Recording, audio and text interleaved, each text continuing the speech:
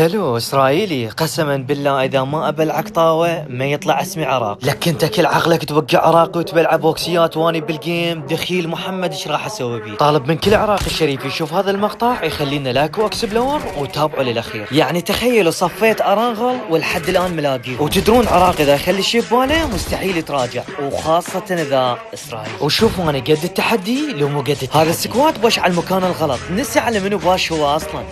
باش على اقوى لاعب عراقي. تخيل وياي.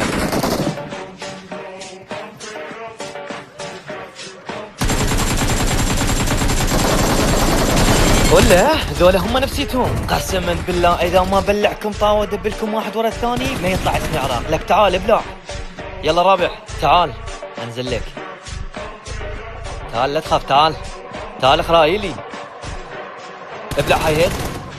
تعال ما تجي مو انا اجيك. حلو ابلع.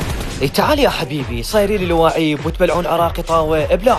وهاي قد التحدي وبلعتهم طاوه. هسه جاي دوركم تصعدون المقطع ونرجع ونقول من جد وجد ومن واجه العراقي فسجد. عراقيون اللهم لا حسد. تطيح على هاي اسجلها بقلم. انت كل عقلك تطيح لك علم. كفو.